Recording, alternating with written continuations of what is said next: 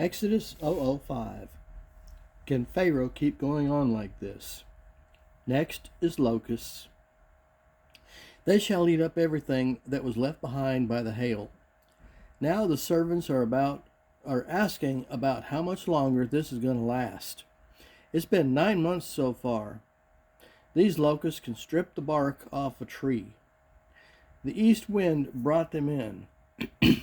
They ate everything that was left. Now the servants were coming to Pharaoh about letting the Hebrews go.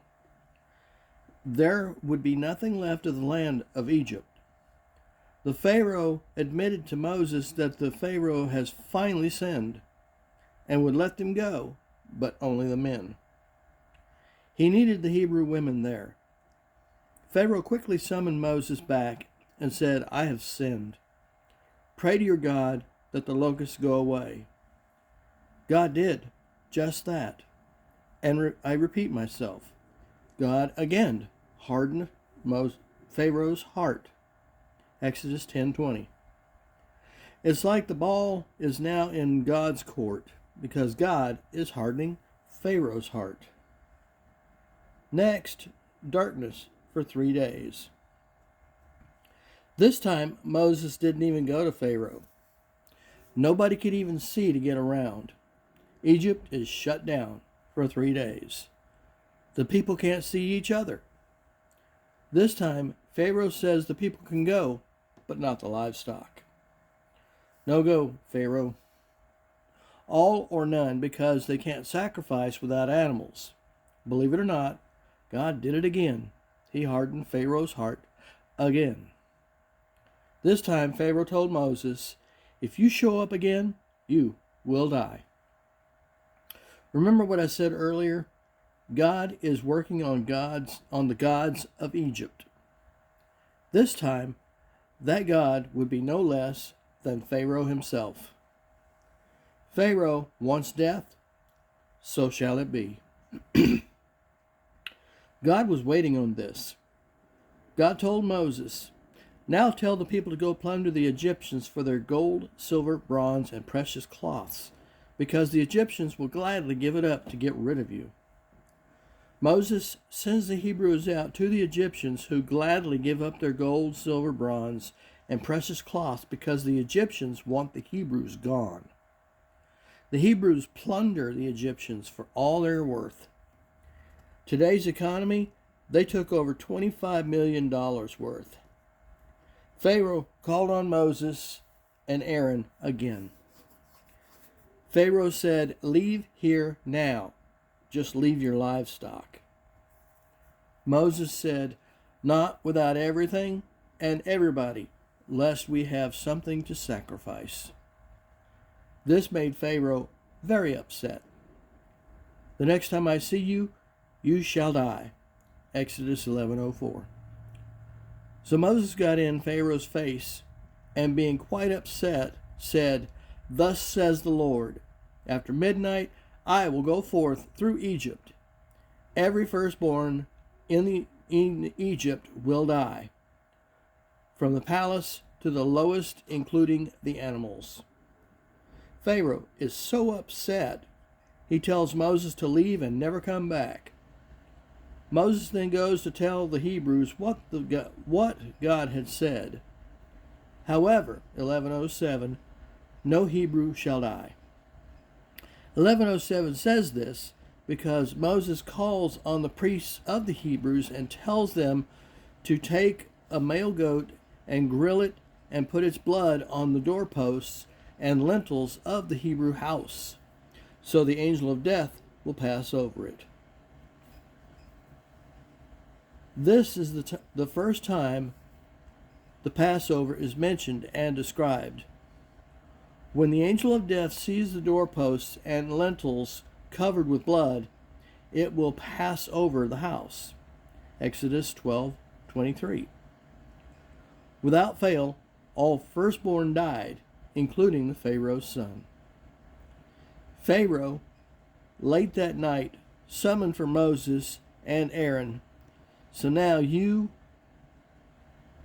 and everything about you," 12:31, Moses knew he had better leave now before Pharaoh changed his mind again.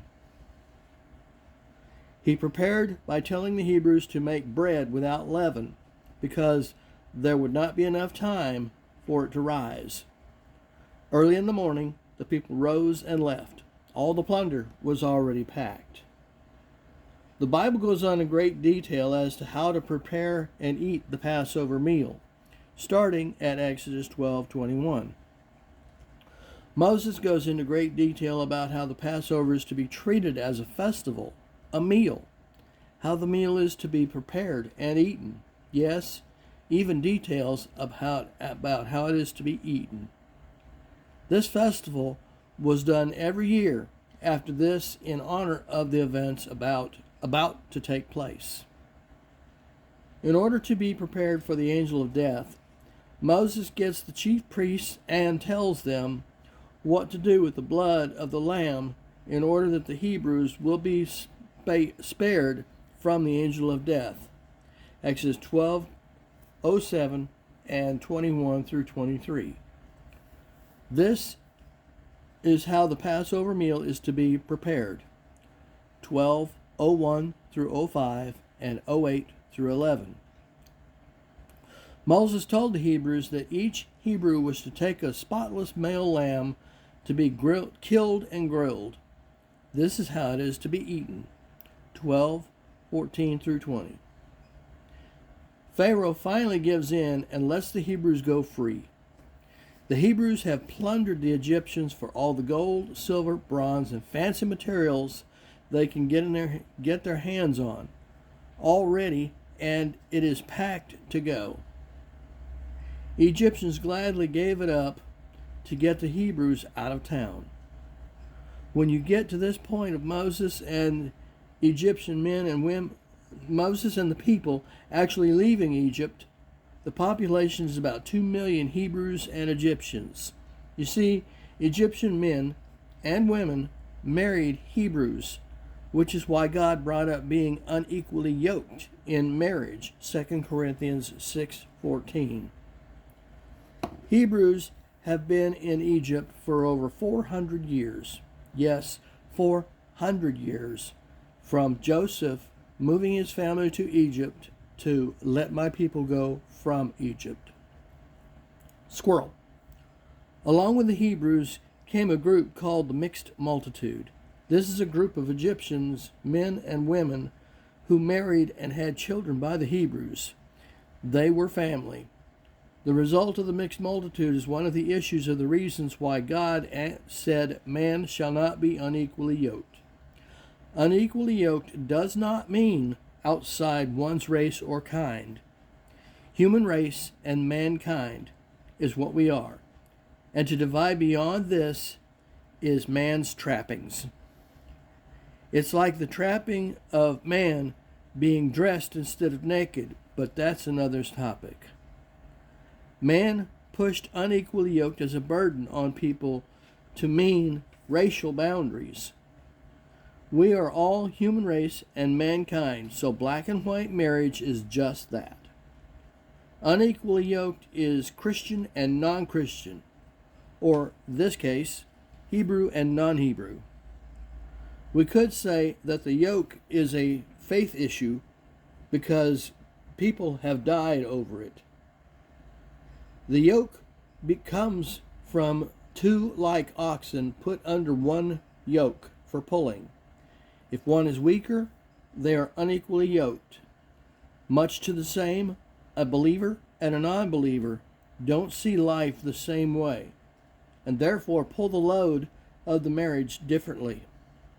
They are unequally yoked. If you find someone you wish to marry, make sure they are already born again, or you will be unequally yoked. The theory of getting them born again after marriage could be a farce and cause for a divorce. Next, we deal with the race in the desert.